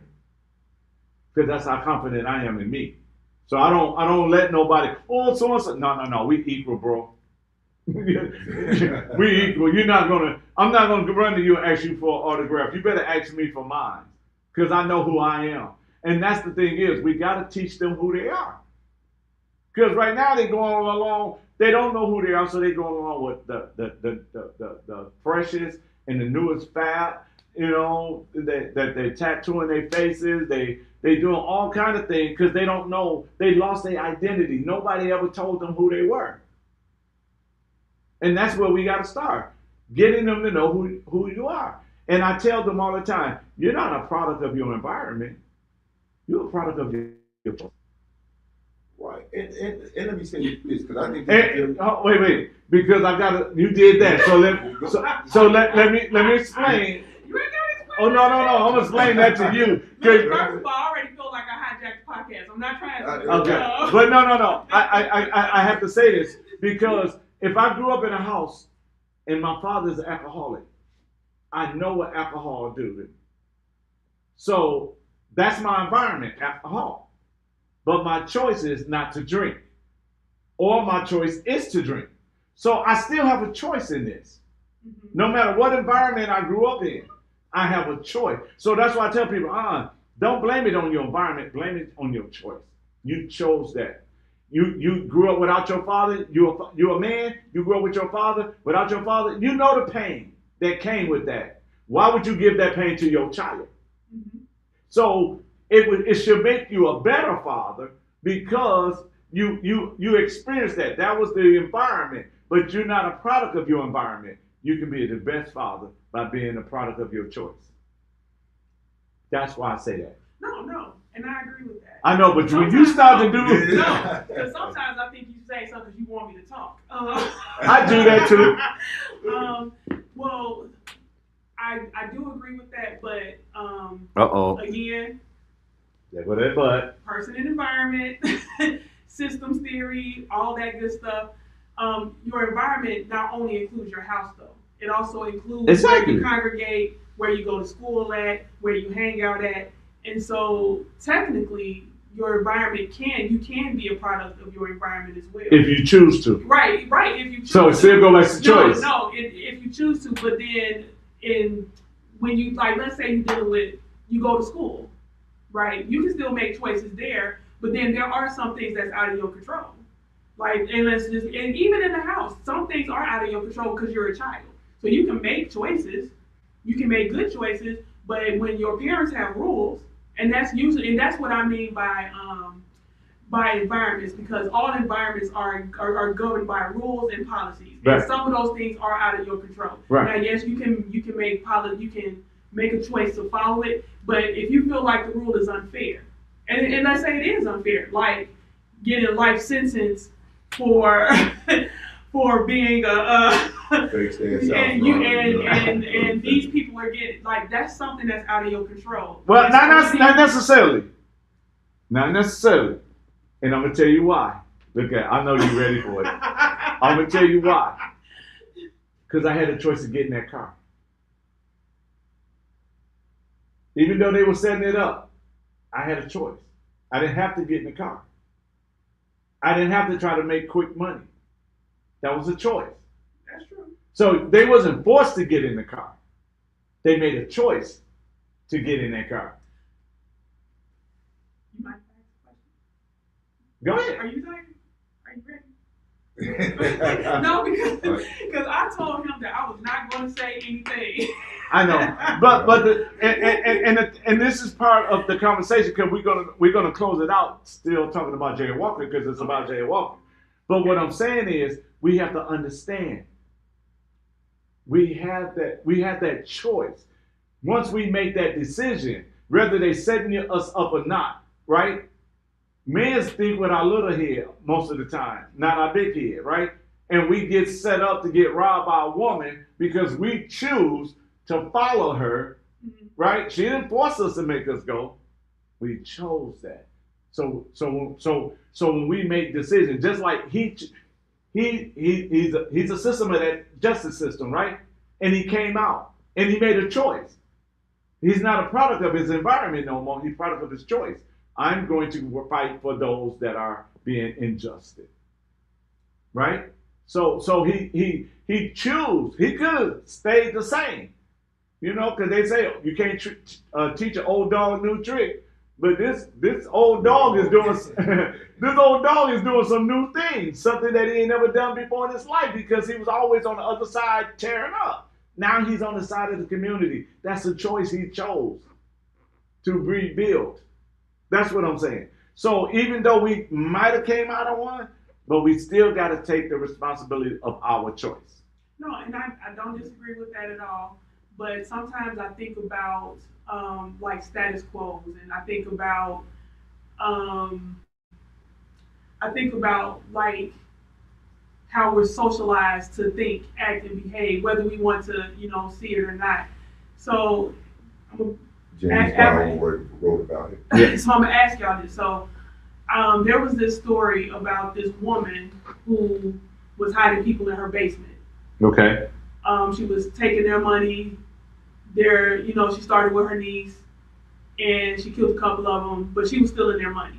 Okay. And I had asked myself, if we was not such a capitalistic country where you had to be successful, to have the things that you want to have, to be able to feed your family, to have this money, this, that, and other, would we be choosing to do crime like that? And it's I don't have an answer. It's just something that I was thinking about and this is where we get into this tricky conversation about choices, and because one of my arguments, and this is on a smaller, one of my arguments is that when you place a pressure on somebody, depending on how much the pressure is there, we start to engage in unethical behavior.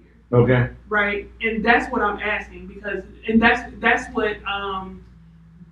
that's what I think about when I think about. I think our environment also has a role in it. Yes, it has a role in our choices, but also think that what goes on in our environments helps us make good or bad choices, if that makes sense. So they do, but you know I'm holding my knee for a reason. No. And this is not. It's not. I'm not trying to say that this is what it is. This is just things that I think about and things that I wonder. Right. Because it's like, for instance, I'm gonna take a pivot. Instead of saying, like in Indiana, they were trying to tell them that people who have food stamps can no longer buy sugary foods. And of course, everybody's going to be like, well, yeah, that should be a thing.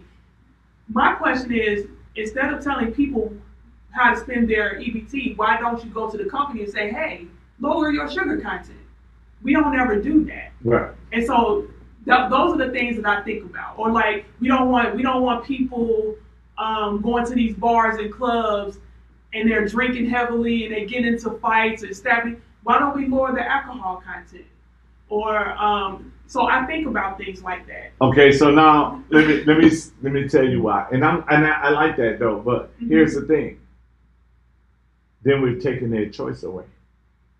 But okay, we're taking choices away, but then we will complain about. I know, but what I'm saying is this: instead of lowering the sugar content, why don't we educate them on healthy eating? Okay, we can. We have. And I think that's my point. We have, and really, and yes. So here's the thing. And this is just if we're focusing on the conversation about healthy eating, right? There's research that says that if you eat something long enough, your taste bud can get used to it, right? And if we're going to complain about people being fat and obese and dying of diabetes and this, that, and the other, instead of me placing the blame on you and everybody else, I can just say if we want to make our country healthy, and instead of letting these grocery stores come up with low sodium, no sodium, all that other stuff, where people have to still pick and choose on what's cheapest because they don't make a lot of money or whatever, then how come we just can't go to the grocery stores, or the companies that make these foods and say, hey, why don't we just do a universal thing? Now you're right, we are taking away choices. But then we will sit there and complain about how fat people are, how nasty people are. And so it's one of those things where we're gonna have to pick a struggle. We're gonna have to pick a struggle. Right. So in terms of like environment, even with Jerry Walker, you made the choice to not get in the car, right? Right. Jerry Walker and some other people did, but why?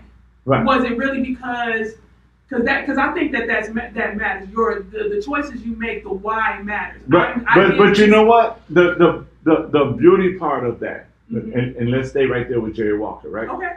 The beauty part of that is this. Number one, he acknowledged he made a mistake. Okay, yeah. Okay?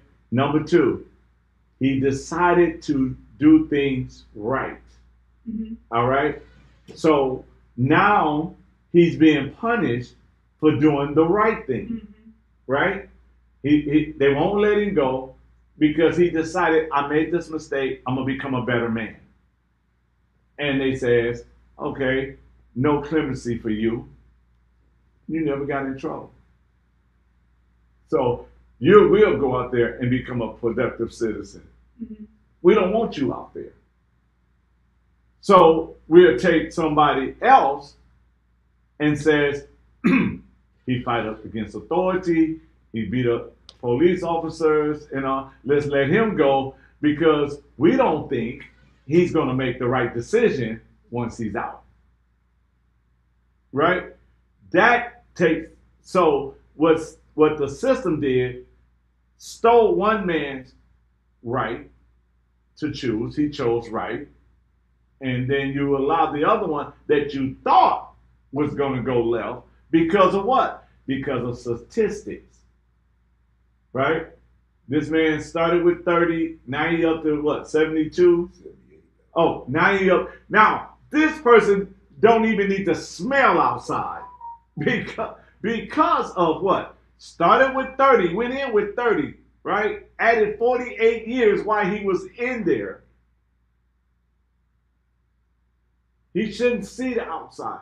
So we know he's going to be a part of our agenda because you got to remember, they was only letting out violent criminals. But he chose to come out and fight for those that he knows should be on the outside. So he went against the system and their plan, right? And so you got a phone number that some people can call you because I'm seeing Free Jerry Walker. I'm seeing, oh no, never that. Another Free Jerry Walker. Free Jerry Walker, he deserved another chance. Free him. It's been long enough. I mean, so you got people that's saying free him. So how do they get involved with you so we can push this to the next level? If they can call me, I got a public phone number. Let me know when you're ready to give it, because as you saying it, I'm gonna put it on the screen too. What is it? 361 361 532 532 9776. 9776. All right, I just put that out on the screen. So those of you that want to get in contact with him, this is your opportunity. If you're saying you want to get involved, if you're saying that you want to help with this movement on Free Jerry Walker, here's your chance. That's his number. His name is David EARNEST. Give him a call. And how much do this means to you to get in this fight, coming from another state to join this fight? How? I mean, what do it means to you to do this? So I think it's important for all of us because just as we watch uh, leaders of the past and people of the past, everyday ordinary people fight for freedom, liberation of people they didn't know, along with people they did know, Right. and the sacrifices that they made. So I'm just raising my voice because I know that this is important because we're just not only fighting for the freedom of Jerry Walker, we are setting an example in telling our youth that we love them, we care about them, and we are willing to fight against oppression and abuse in this country. So it's very important. We have to give them a blueprint to follow when they get older, so they can fight against injustice and oppression in any form that it appears in. And education is a key factor too. Like you said earlier, the pipeline from prison, from school to prison, we have to end that. We got to. We got to end that. So we have to show these kids that we're able to communicate with them, we understand them, and that they can talk to us. And by them seeing us talking to each other about these issues, then they can come ask us. They can ask me a question any day of the week in the street, wherever they see me at. So as we close this out, it almost been 2 hours. Oh, it's over 2 hours. It's her fault, but yeah. I'm sorry. Okay. Oh no, you good. First, let me say I'm sorry, but Don't say you sorry. Okay, but I also want to say, because I'm here with David, and I'm also advocating for Jerry Walker to get out because I want people to see that we are redeemable people. Right. That we don't always have to be defined by our mistakes, and that we all deserve a second chance no matter what. Okay. She always talking there, holla. Hope you don't mind. But and so that's great, and we want people to understand, and those that want to get involved, you're welcome to do that. I do want to make an announcement that on August the 12th, we're having a Wisconsin It Is Our Time community forum. And this is where these kind of issues and other issues that we're really facing get to talk about it and come up with game plans on how we can fix our community. And so we invite y'all out. It's at 6111 North Tetonia at Kingdom Partners Alliance inside the ballroom, 6 p.m. on August the 12th. We invite everybody to come out, share your concerns. It might be school, it might be school choice, it might be the prison system, it might be your family being a victim of violent crime or reckless driving or slumlords. We don't know what it might be, but this is the place where you can have these kind of conversations. I love conversation because conversation gets you to really not only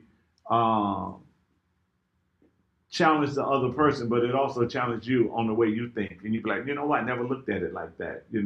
Let me look at it from a different standpoint. So we're grateful to have them. So my question to you two, and because she's sitting there looking like, oh God, would you be willing to come back and give an update on how things are going in the Free Jerry Walker movement? Oh, yes, okay. Because we don't want to just do one and then everybody be like, well, what happened? We want to keep people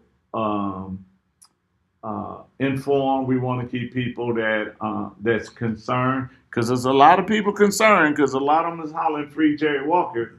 But the thing about it is, if you would have never came on today, a lot of people wouldn't have never knew why he locked up, And I'm glad you gave yourself as an example. And you're a good man now, but at the time you wasn't a good man, and they let you out, and the good man got stayed in.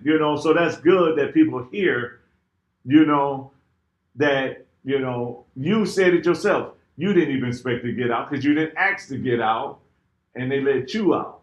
and he asked twice, and they denied him. So it's good to know that. So you guys, we will have another one. I'm gonna look at his calendar. How many weeks you need before you need to come back? What do you need? I'd say around in mid-October. Mid-October? Yeah. Okay. So he'll be back in mid-October with an update. But if something happened before then, we'll go to September so you can let people know. And again, his number, I left it on the screen. You guys can give him a call, let him know your interest on how you might want to help. You might want to just help gather people in Milwaukee or Madison or Kenosha. We don't know, but whatever it is that you might want to do to help, we want to give you that opportunity to help. So we thank you guys again for the People Over the Party show. And until we meet again, this young lady, we're going to make her sing next time. No, I'm just... I probably won't be coming next time. No, you got to come. You got to come. So we just thank God for her and Mr. Ernest being with us. Until next time, God bless. Y'all wrong with this one, Melody. King for governor.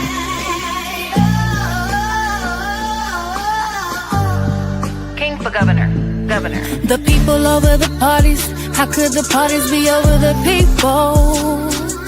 We stand, we rise. No matter what's wrong, we gonna make it right. The people over the parties. How could the parties be over the people? We stand, we rise. No matter what's wrong, we gonna make it right. King for governor. We decide. We decide.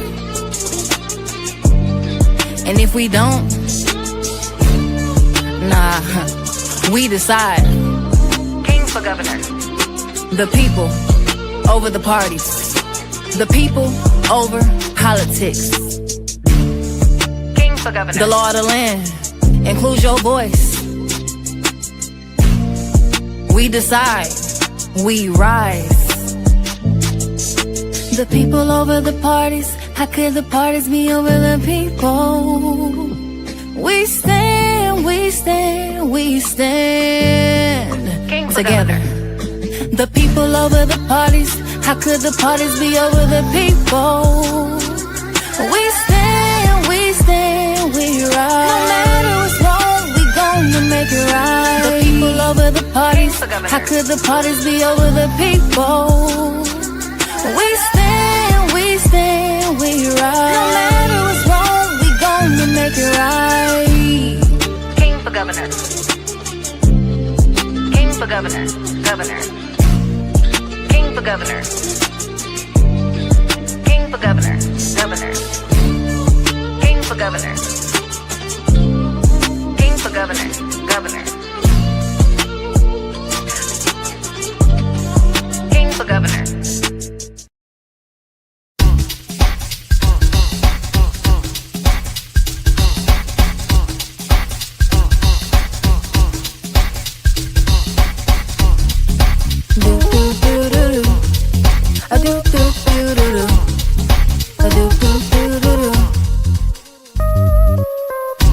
We decide.